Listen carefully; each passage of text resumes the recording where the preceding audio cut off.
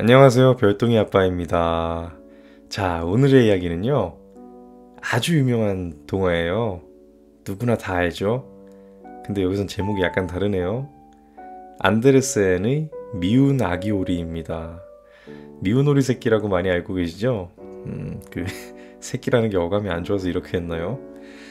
자, 표지에 있는 사파에서 보니까 참 오리 같지 않게 그려놨네요. 우리는 알지만 스포일러가 될 수 있으니까 조용히 하고 한번 들어가 보겠습니다.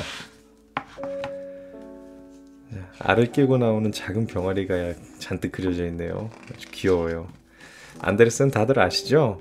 뭐 인어공주, 벌거벗은 임금님, 성냥팔이 소녀, 워낙 유명한 동화 작가이니까 들어가 보겠습니다.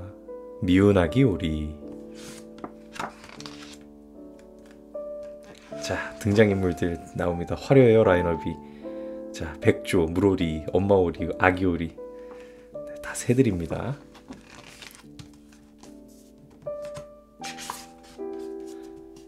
어느 연못가에서 엄마오리가 알을 품고 있었어요. 엄마오리는 아기오리들이 태어나기를 기다렸죠. 드디어 귀여운 아기오리들이 알에서 깨어났어요. 꽉꽉, 꽉꽉. 어머나, 어쩜 이렇게 귀여울까? 엄마 오리는 너무 좋아 싱글벙글거렸어요. 한 마리, 두 마리, 세 마리. 야, 정말 귀여워요. 사파를 어떻게 이렇게 잘 그렸지? 노란 빛깔을 띤 아기 오리들이 태어나고 있습니다. 아기 오리들을 세고 있던 엄마 오리는 고개를 갸우뚱거렸어요. 참 이상하네. 이 알은 왜 아직도 깨어나지 않는 걸까? 엄마 오리는 걱정이 되었어요. 다른 엄마 오리들도 그 알을 보며 말했어요. 분명히 저 알은 칠면조 알일 거예요. 그러니 어서 갖다 버려요. 하지만 엄마 오리는 계속 알을 품어주었어요.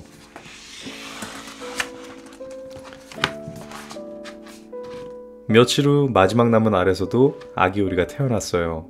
하지만 다른 아기 오리들보다 몸집이 크고 빛깔도 달랐어요. 그러자 주위에서 수군거리기 시작했어요. 쟤는 오리가 아니야. 분명히 헤엄도 못 칠 거야. 그 말을 들은 엄마 오리는 아기 오리들을 데리고 연못으로 갔어요. 자, 엄마처럼 헤엄을 쳐보렴. 아기 오리들은 헤엄을 아주 잘 쳤어요. 물론 커다란 아기 오리도 엄마를 따라 헤엄을 쳤어요. 엄마 오리는 그제야 마음을 놓을 수가 있었어요.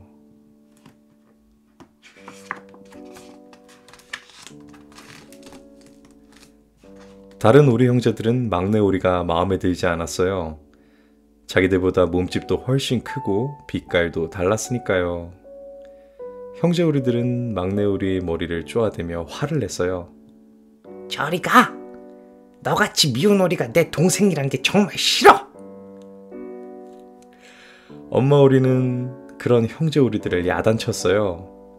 그러면 안 돼. 서로 사이좋게 지내야지. 하지만 아무 소용이 없었어요. 미운 아기 오리는 늘 배가 고팠어요.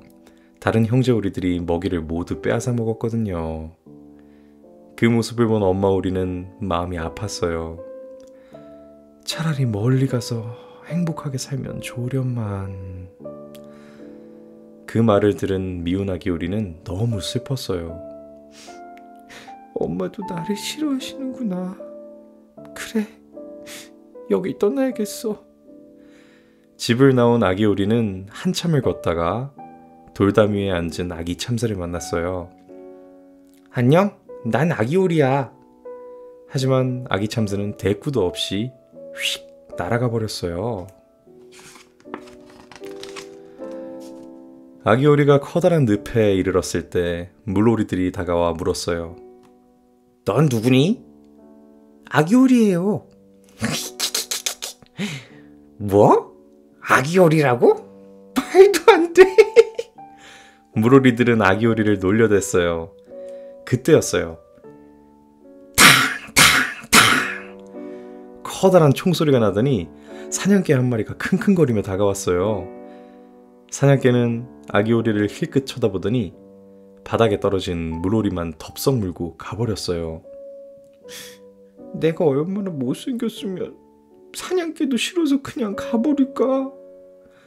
아기 오리는 너무나 외로웠어요. 어느덧 시간이 흘러 가을이 되었어요. 바람도 쌩쌩 불고 나뭇잎도 하나 둘씩 떨어졌죠. 춥고 배고픈 아기 오리는 숲속을 헤매다가 어느 작은 오두막집을 발견했어요. 그곳엔 마음씨 착한 할머니가 살고 있었어요. 가엾어라. 배가 몹시 고파 보이는구나. 갈 곳이 없으면 함께 지내자꾸나. 할머니는 아기 오리에게 콩과 우유를 주며 집 안으로 들어오게 했어요. 아기 오리는 눈물이 왈칵 쏟아질 것 같았어요. 할머니 집에는 고양이와 닭이 살고 있었어요. 고양이는 아기 오리를 못살게 굴었어요. 넌 쥐도 못 잡지? 너는 아무짝에도 쓸모가 없어. 닭도 아기 오리를 미워했어요. 너는 알도 못 낳지? 그렇지만 나는 헤엄을 칠 줄 알아. 치, 그게 무슨 소용이 있어. 어서 이 집에서 나가. 아기 오리는 하는 수 없이 할머니 집에서 나왔어요. 밖은 어느새 추운 겨울이었어요. 아기 오리는 들판을 지나 호수 근처에 이르렀어요. 호숫가에는 새하얀 깃털에 긴 목을 가진 아름다운 새들이 있었어요. 와, 어쩌면 저렇게 아름다울까? 그 새들은 바로 백조였어요. 저도 데려가 주세요. 아기 오리는 백조들이 있는 곳으로 가려고 호수로 뛰어들었어요. 하지만 백조들은 멀리 날아가 버리고 물은 얼기 시작했어요. 몸을 움직일 수가 없어. 이대로 꽁꽁 얼어버리겠는걸? 그때 마침 지나가던 사냥꾼이 아기 오리를 구해 집으로 데려갔어요. 아기 오리를 본 사냥꾼의 아이들은 소리를 지르며 기뻐했어요. 야, 아기 오리다! 아기 오리는 깜짝 놀라 이리저리 도망쳤고 아이들은 아기 오리를 잡으려고 쫓아다녔어요. 그 바람에 집안은 엉망이 되고 말았어요. 바로 그때였어요. 뭐야, 이 못생긴 오리는! 엉망이 된 집을 본 어머니는 화를 내며 아기 오리를 내쫓아버렸어요. 아기 오리는 또다시 외톨이가 되었지요. 아기 오리는 호수 근처에서 추운 겨울을 외롭게 보냈어요. 드디어 따뜻한 봄이 찾아왔어요. 호수에서는 아름다운 백조들이 헤엄치고 있었어요. 나도 헤엄치고 싶어. 아기 오리는 호숫가로 가려고 날개를 푸드덕거렸어요. 그런데 이게 어떻게 된 일이죠? 몸이 하늘로 가볍게 붕 떠오르는 거예요. 우와, 내가 날고 있네? 아기 오리는 하늘을 날아 호수 한가운데 사뿐히 내려앉았어요.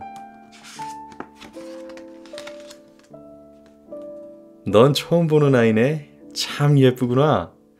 백조 한 마리가 아기 오리에게 다가오며 말했어요. 정말 예쁜 백조구나. 다른 백조들도 하나 둘씩 모여들었어요. 아기 오리는 부끄러워 고개를 떨구었어요. 그 순간 아기 오리는 물 위에 비친 자기 모습을 보게 되었어요. 내 모습이 어떻게 된 거지? 아기 오리는 하얀 날개를 쭉 펴고 목을 길게 뽑았어요. 나는 미운 아기 오리가 아니라 백조였어.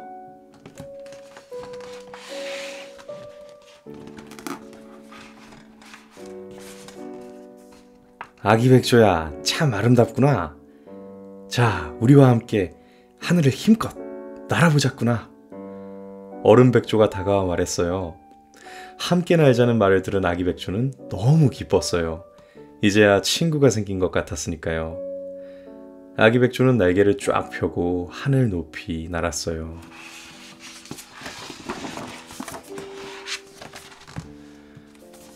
아기 백조는 그 어느 백조보다 아름다웠어요. 하지만 결코 뽐내거나 자랑하지 않았지요. 아기 백조는 하늘을 날며 옛날 일을 생각했어요. 아기오리로 살던 때의 일을 말이죠.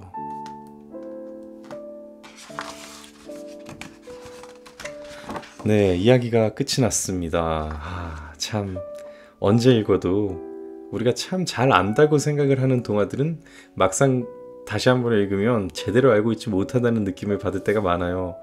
이 동화가 그런데 물론 뭐 내용이 다 기억이 나죠. 왜 기억이 나지 않겠어요. 근데 그 디테일한 부분을 다시 읽으면서 더 감동이 밀려오고 또 더 기분이 좋아지고 예전 그 동화를 읽었을 때의 그런 기억과 감정이 다시 되살아나는 걸 보면 익숙한 동화라도 이렇게 다시 읽으면서 또 그렇게 느끼는, 기억해내는 그런 재미가 있는 것 같아요.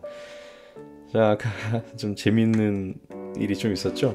사냥개가 굳이 사냥감이 되지 않는 아기오리를, 그러니까 새끼 백조죠, 그냥 못 본 채 그냥 가버렸는데 그 하마터면 죽을 뻔한 일이었는데 얼마나 외로웠으면 그냥 그 간 거에 대해서 오히려 더 서운해하는 그 아기오리가 참 한편으로 마음이 아프네요.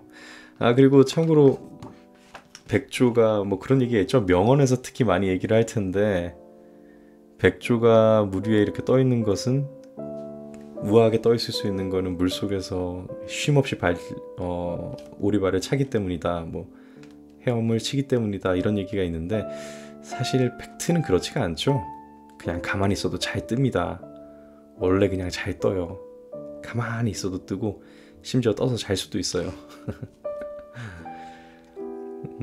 이게 더 오리알이 더 크고 아기 오리가 더 늦게 부화했다는데 실제 부화 일수가 어떻게 되나요? 이거 한번 찾아볼까요?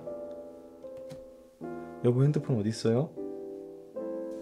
네, 지금 검색을 한번 해보니까 일반적인 오리들이 보통 28일 정도의 부화 기간을 갖는데요. 그러니까 나와서 뭐 언제 나왔는지는 상관없겠죠. 뭐 망가지지만 않는다면 유정란을 부화를 품은 지 28일이 지나면은 부화를 한다 하고, 고니, 그러니까 백조의 순 우리말이 고니죠.